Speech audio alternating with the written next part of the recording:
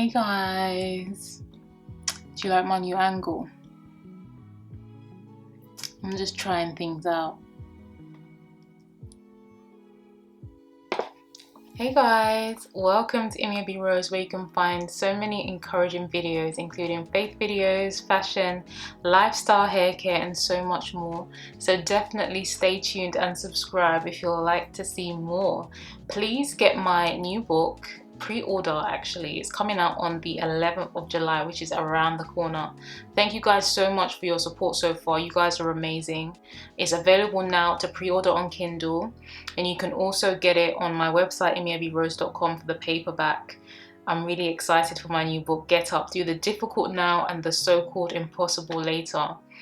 Please check out the description about that. When you go to my website, it will tell you more about the book, but God has been amazing to me. He's given me a lot of wisdom, which I have shared with you. So what a blessing. So today I wanted to talk about dealing with stalking and harassment. Yes, guys, you voted for this week's relationship video and I'm going to give it to you. Okay? So I don't know if you've got my relationship book. It's sitting here. It's Lord, Is This Relationship For Me? Thank you to those that have reviewed it, those who have bought it, those who are reading it now. Some of you send me screenshots and stuff, and it's a really deep and intimate book. And recently I had the pleasure of doing it up better because it needed to just flow a bit better, you know. And as a perfectionist, I was surprised that it wasn't flowing that well in the first place. But you live and you learn, you know. You live and you learn. Okay, so I'm going to talk about dealing with stalking and harassment. Now, one of the things that I want you to understand is that sometimes we get with people that are no good for us. Sometimes we get with the devil's sons, which I like to call them, because if they're not for Christ and they're not God's son, then they're the devil's son. There's no in between. I know that some people sometimes can say they're confused, they don't know who they are. Most of the time, that's what happens with men. It's like they act kind of crazy when they don't know who they are, they don't know whose they are, so they just act any type of way. So you have to be very careful, very discerning, knowing who you are and what you deserve, because society puts it like this. And they champion men for sleeping around. They champion men for doing what they want to do. So you have to be very wise and discerning, because it's only one man you're going to marry. So you need to look out for that good man out there, you know, that man of God. He's not going to be perfect, but he's going to be perfect for you. And you have to be patient and discerning. Don't just do it for the accolades. Don't just do it to look cool on social media. No, be true to yourself and look out for God's best and have a deep relationship with Christ, because that's the only way that you'll be able to tell the difference. So this guy, and remember, you have to remember that guys have an ego. So they always, most of the time with men, they're the ones that leave relationships. They're the ones that cheat and do all the, I'm not saying women don't cheat, but let's be honest, that men mostly cheat and they do all of this stuff. So when you pick up yourself after you've been faithful, after you've been loyal all this time, you pick up yourself and you have the audacity to leave. He's just thinking like, who does she think she is leaving me? How could she leave me? Who is she to leave me? Like, so I'll give you a little glimpse into my story. So about 10 years ago, I was in a toxic relationship, and there was a point where I actually decided to leave because I found out that he was cheating with someone in a different country and was basically using me and trying to bring her over. But in the end, like a few years down the line, he told me that, what did he say? Like she was playing him and all of this madness. But oh God, it's just how the story unfolds. It's so interesting. But so I found out, and I was just like, at first I was saying, you know, I don't like this. I don't really remember all of it because it was so long ago that I've moved on so far in life. Like, but from what I remember, I was saying to him, like, I'm not happy with this. And he was just saying, like, he was minimizing it. But then I used to use his laptop to do my university work, and I came across some emails, and it was very clear what was happening. So I decided to end the relationship. So for about 2 days, he didn't say anything. I basically ended the relationship by email. So 2 days passed, didn't say anything. Then the Monday, he was blowing up my phone. I decided not to answer. He was calling me back to back. When he saw that he wasn't getting through to me, he became obsessive. um, I decided that I didn't want to talk anymore. I was over it, because at the end of the day, if I know I've spoken to you, even though I lowered myself to get in a relationship with you, it doesn't mean I'm going to lower myself further and allow you to cheat on me and treat me any kind of way, like be cheating and expecting me to stay there. No. So most people, like guys like this, like they feel like they can get away with stuff like this, and because they've never had a woman that would just walk out and leave them, and they think that their sex is so good that you'll die without it. You know, you're just gonna die, you won't be able to find any nice guy anymore. Like, he used to put his insecurities on me and say that, you know, I will have to start all over again in relationships. How will I find a guy like this? Like, how will I be able to move on? It's a long process. But then when I broke up with him, I remember him saying to me, like, you know, I don't want to start the process again and get to know someone again. Like, can't we just continue? So I was like, just, I don't want to continue. And even though, like, to him, it wasn't cheating because she was overseas, I was like, that's 100% cheating. Like, your heart's not even with me. It's not in the right place at all. So he became really, really obsessive. He wouldn't stop calling my phone. So I would block him. But the issue with that is that every time he would call, I would see his name flash on my screen. At this point, I was trying to finish my first degree. I studied sociology and psychology. I was in my library studying for my exams, trying to make something of my life, and this guy was calling my phone, and I would just look at my phone and think, whatever.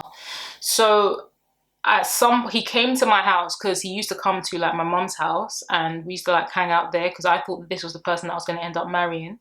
So he came to my mum's house. At that point, I don't remember telling my mum that I had broken up with him, so she let him in. And he was just like, you know, I'm going crazy. Can you please like stop ignoring me? If you don't want to talk to me, just tell me. Like, just, but you don't have to ignore my calls. And I was just looking at him, like, I was just silent. I was just looking. And then went upstairs. We spoke a little bit. And then he was like, I want to talk to you. And I was like, okay, cool. And I was like, you're gonna lie to me? And he was like, no. And he started kissing and hugging me and stuff. And I was like, okay, cool, we'll talk. So went to his house, and then he was crying. He was saying that I've broken up with him. Now he's lost everything. And he was upset because I didn't want to have sex with him, whatever. um, and he was just really, really upset. So I was kind of comforting him, but I was just like, I'm not opening my legs for you. Like, I'm not on it. And after that, he was trying to say, like, let me think about things, and come back to you. But my university classmate at the time, I told her what happened, and she was just like, cut all ties with him. This is not going to end well. Just completely like cut all ties. Like, and I took her advice to some extent. Like, I did actually go back with him for a little bit. I was kind of going back and forth at one point, but there was a point where I was just like, I made a decision that done, like, this is done. Like, I was 20 then and I'm 30 now, so like 10 years ago. So I cut him off completely. I threw away everything I knew about him, deleted pictures. And I think that some people think like that you don't need to like do that. But for me, if you really want to heal and move on from stalking and harassment, you need to completely make a decision not to go back, because you going back and forth makes it very dangerous. So make a decision not to go back, and part of that decision is just deleting things and moving on completely and making the decision. Because like people like that, they're not emotionally stable, and like when you keep going back and forth with them, they kind of like getting more aggravated with you and stuff like that. So he would continue to call me, he would email me, every form of contact. It was getting to a point where I was starting to feel a little bit anxious, in the sense that I felt like anywhere I'll try and go, he would want to go and try. Like, I was kind of a few years down the line, because it took about, I think it's like 8-9 years since. Even now, I'm not too sure if he's gonna like completely give up, but it's gotten like better over the years. But I was working in a certain area, and I was kind of conscious that, okay, is he gonna find me? Is he gonna come in here and just be embarrassing and obsessive? Because there was a time after I stopped talking to him where he saw me on the train, and I was ignoring him. I don't want to talk to you. And he was like, I don't care about the people on the train. I just want to talk to you. I want to talk to you. It's like, that stalking spirit is so demonic. It's like, it's so irritating. It's like it's like the person doesn't have any respect for you. You might be flattered and think, yeah, I'm so nice, he's following me, he likes me, but this person doesn't respect you, and that's a form of abuse. If you're telling the person that you don't want anything to do with them, and they don't have enough respect to leave you alone and let you live and make your choice, and they want to smother you and be all in your face because of their own insecurities, then that's a form of abuse. So like, I was really frustrated with him at that point, and I actually ended up just pushing, I kept pushing him away from me, and I was like, just leave me alone, leave me alone. And I just kept pushing him away from me. And then when he got home, he emailed me, and he was being like very emotionally abusive and manipulative, and just like saying, oh, I was so upset, like the way that you were pushing me. And that wasn't right for me to push him. Of course it wasn't. Like, it's never right to do that to people. Like, he was never physically abusive to me, but there were other forms of abuse, like emotional abuse, maybe non-verbal abuse, that kind of thing. But it was never like any pushing around. But I just felt really, really frustrated with him. And he sent emails, and he was just like, you know, I'm so upset, and da da da. And at this point, I was in a relationship. So just to kind of summarize this, like, the mistake I made was I kept going back and forth. Like, a few years down the line, I wouldn't talk to him. And then he would send an email, or he would message me on Facebook, and he would ask to meet up. And actually, I was away from Facebook for a few years because of him, because I noticed that he didn't use any other form of social media, but it was mostly on Facebook. So I decided to kind of I was only on Instagram and YouTube at one point, because I just was just tired. I was just tired. I just didn't want anything to do with him. But then when I went back on Facebook, and I was just like, let me just start and establish my business, then I noticed that he was trying to get in contact, but I just ignored. It was easy for me to ignore, like, then at that point where I wasn't confused anymore, or I wasn't considering anymore, and I'd moved on completely. It was easy for me to ignore and just like block. But like, it seemed as though he could still contact me on my like public figure page, even though it was blocked. Like, he could still contact me, so I just completely ignored him. So I would say the first step is to make a decision. Second step is to be consistent with your decision. Cut all ties, be consistent, and stick to it, because you don't want to encourage anything. There was a point where I was like, if he doesn't stop, I'm going to get a restraining order. Like, I was really close to getting a restraining order, but that's when things started to calm down. So I was quite happy. And I made a point to actually put my new partner on my social media, like my main picture. I just really wanted him to get the message. And I guess that wasn't really a good thing, because a private life is a happy life. And also, it's almost like when I was telling you about the social media thing, it's like sometimes guys use a new picture of a couple. They're not even sure of the person, but they put their partner on Facebook to make the other person jealous or to show off. But I felt like I was doing it to kind of restrain him away from me, and kind of make him just know that someone else is in the picture.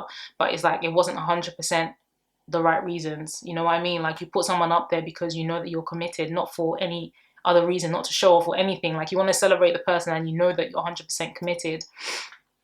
So I would also say as well, like, speak to wise counsel about it.